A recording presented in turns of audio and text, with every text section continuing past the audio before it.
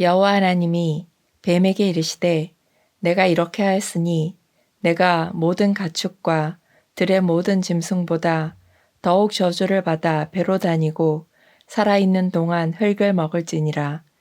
내가 너로 여자와 원수가 되게 하고 내 후손도 여자의 후손과 원수가 되게 하리니 여자의 후손은 내 머리를 상하게 할 것이요 너는 그의 발꿈치를 상하게 할 것이니라 하시고 또 여자에게 이르시되 내가 네게 임신하는 고통을 크게 더하리니 내가 수고하고 자식을 낳을 것이며 너는 남편을 원하고 남편은 너를 다스릴 것이니라 하시고 아담에게 이르시되 내가 내 아내의 말을 듣고 내가 내게 먹지 말라 한 나무의 열매를 먹었은즉 땅은 너로 말미암아 저주를 받고 너는 내 평생에 수고하여야 그 소산을 먹으리라. 땅이 내게 가시덤불과 엉겅퀴를 낼 것이라. 내가 먹을 것은 밭의 채소인즉 내가 흙으로 돌아갈 때까지 얼굴에 땀을 흘려야 먹을 것을 먹으리니 내가 그것에서 취함을 입었음이라.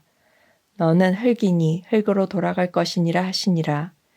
아담이 그의 아내의 이름을 하와라 불렀으니 그는 모든 산자의 어머니가 됨이더라. 여호와 하나님이 아담과 그의 아내를 위하여 가죽옷을 지어 입히시니라.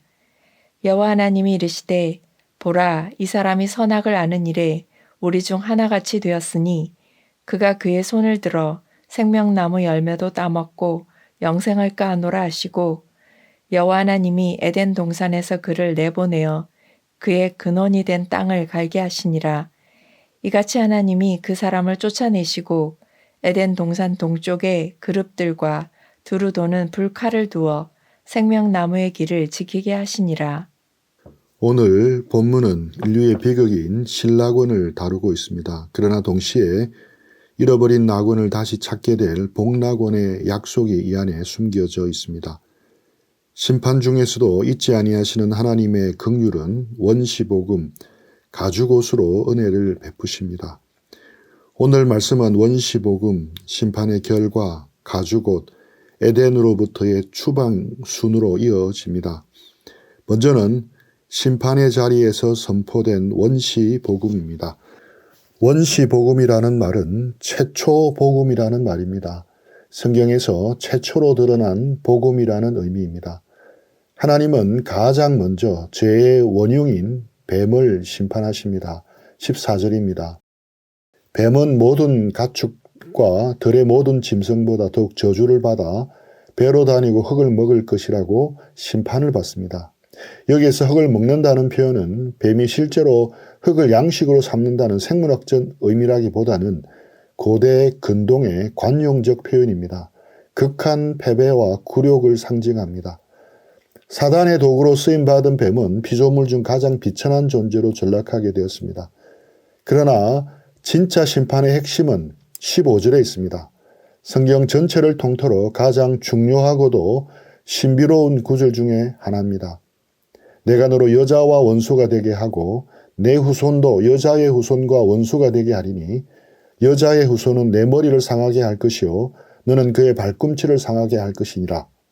신학자들은 이 구절을 원시복음이라고 부릅니다. 성경에 기록된 최초의 복음이란 뜻입니다. 이것이 왜 복음입니까? 첫째, 하나님께서 거룩한 적대감을 심어주셨기 때문입니다. 본문은 내가 너로 여자와 원수가 되게 하겠다라고 선언합니다. 하와는 뱀의 제안에 귀를 기울였고 동의했습니다. 죄를 짓는 순간 인간은 사탄의 친구가 되었고 죄의 종이 되었습니다. 그런데 하나님께서 개입하셔서 이 불경한 동맹을 깨뜨리시겠다고 선언하십니다. 이제부터 너희는 원수다. 이것은 저주가 아니라 은혜입니다.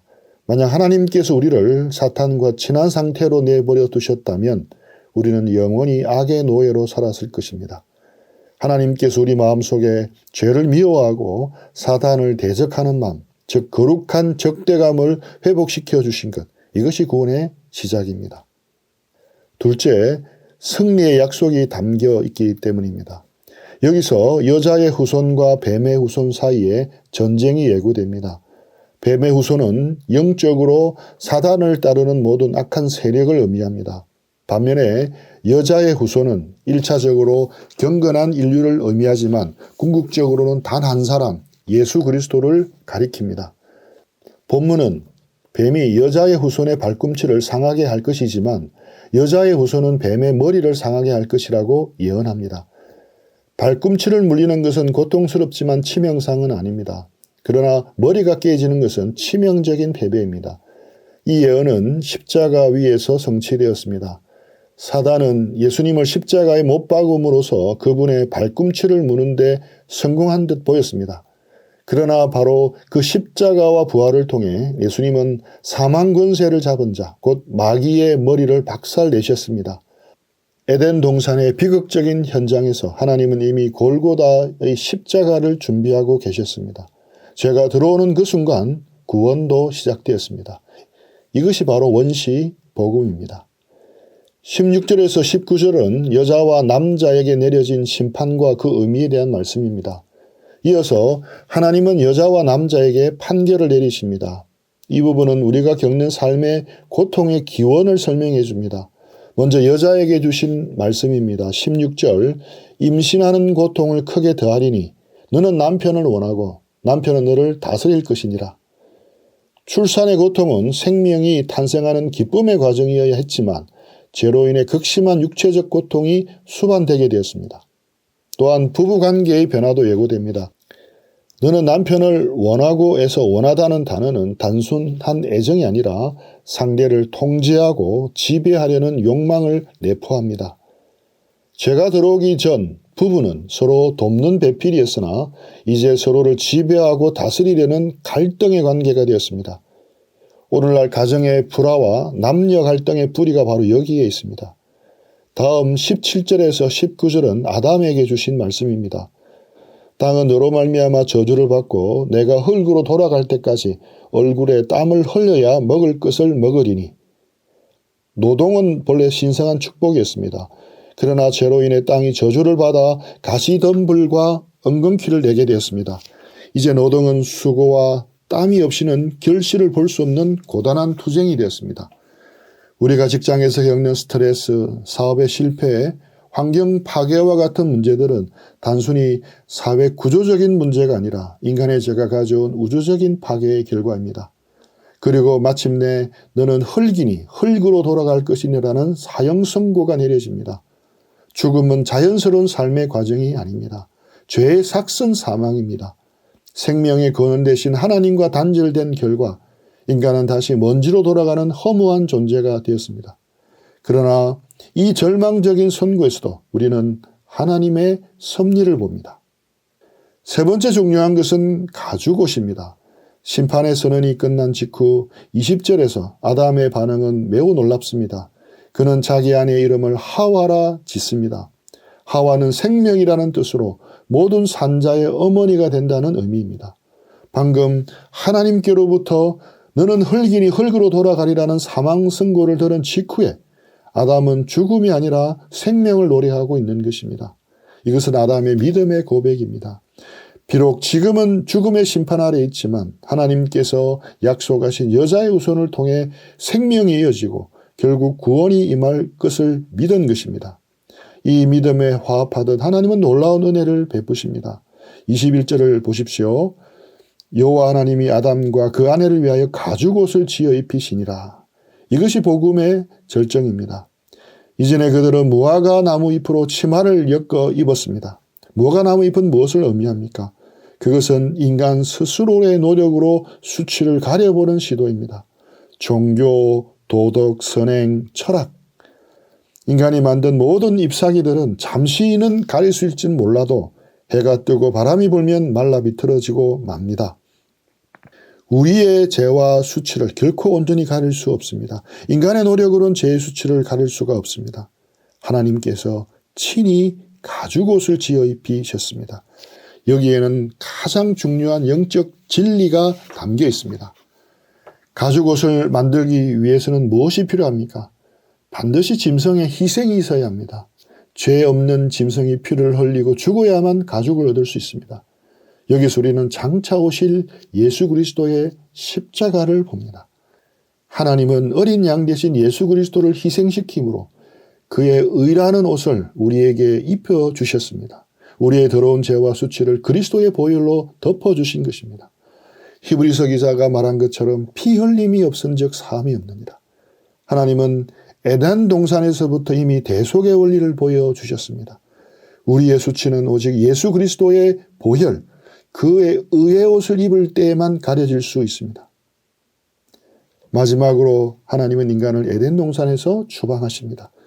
22절에서 하나님은 이 사람이 선악을 아는 일에 우리 중에 하나같이 되었으니 생명나무 열매도 따먹고 영생할까 하노라 염려하십니다. 얼핏 보면 하나님께서 인간이 영생하는 것을 시기하여 쫓아내시는 것처럼 보일 수 있습니다. 가혹한 처사라고 생각할 수 있습니다. 하지만 가혹한 처사가 아니라 가혹한 자비입니다. 놀라울 정도의 자비이며 하나님의 깊은 배려입니다. 죄지은 상태, 타락하여 하나님과 단절된 상태에서 영생하는 것은 축복이 아니라 저주입니다. 죄악된 본성을 가지고 영원히 사는 것, 고통과 질병과 악독 속에서 죽지 못하고 영원히 사는 것은 그 자체가 바로 지옥입니다. 하나님은 인간이 죄된 상태로 영원히 고쳐가는 것을 막으시기 위해 생명나무의 길을 차단하신 것입니다. 그래서 그 비참한 상태를 영구화하는 것을 막으시기 위해 그들을 에덴 동산에서 내보내셨습니다. 그리고 동산 동쪽에 그룹들과 두루 도는 불칼을 두어 생명나무의 길을 지키게 하셨습니다. 지키게 하셨다는 말은 영원히 막으시겠다는 뜻이 아닙니다. 거룩하신 하나님께로 나아가는 길은 죄인들에게는 닫혀 있지만 그 길은 보존되고 있습니다. 언제 이 길이 다시 열립니까? 휘장이 찢어지는 날입니다. 예수 그리스도께서 십자가에서 육체가 찢겨지실 때 지성소를 가로막고 있는 휘장이 위로부터 아래로 찢어졌습니다. 그룹들이 지키는 그 생명나무의 길이 예수 그리스도의 피를 통해 활짝 열린 것입니다. 오늘 말씀인 창세기 3장의 끝은 에덴에서의 추방이라는 슬픈 장면으로 마무리되지만 그 이면에는 하나님의 끈질긴 사랑이 흐르고 있습니다. 우리는 영적 전쟁 중에 있습니다. 사탄은 지금도 우리의 발꿈치를 물려고 합니다. 그러나 두려워하지 마십시오. 예수님께서 이미 사탄의 머리를 깨뜨리셨습니다. 승리의 확신을 가지고 믿음의 선한 싸움을 싸우십시오. 삶의 고통 속에서도 하나님의 뜻을 찾으십시오. 출산의 고통, 노동의 고통, 가정의 갈등은 우리가 죄인임을 깨닫게 하는 장치입니다.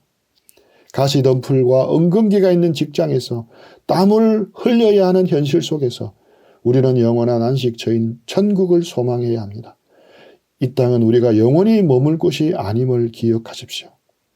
예수 그리스도의 옷을 입으십시오. 여러분의 행위나 도덕, 종교적인 열심이라는 무화과 나무 잎으로 자신을 가리려고 하지 마십시오. 그것은 하나님 앞에 아무런 효력이 없습니다. 오직 하나님께서 어린 양 예수님의 피로 지어주신 의의 가죽 옷을 입으십시오. 그 옷을 입은 자만이 심판을 면하고 다시 열린 생명나무의 길로 나아갈 수 있습니다. 오늘 이 시간 심판의 자리에도 있지 않으시고 복음을 선포해 주시고 은혜를 베푸신 하나님을 오늘 하루 기억하고 살아가기를 축복합니다. 들은 말씀을 더 묵상하시면서 개인적으로 기도하는 시간을 가지도록 하겠습니다.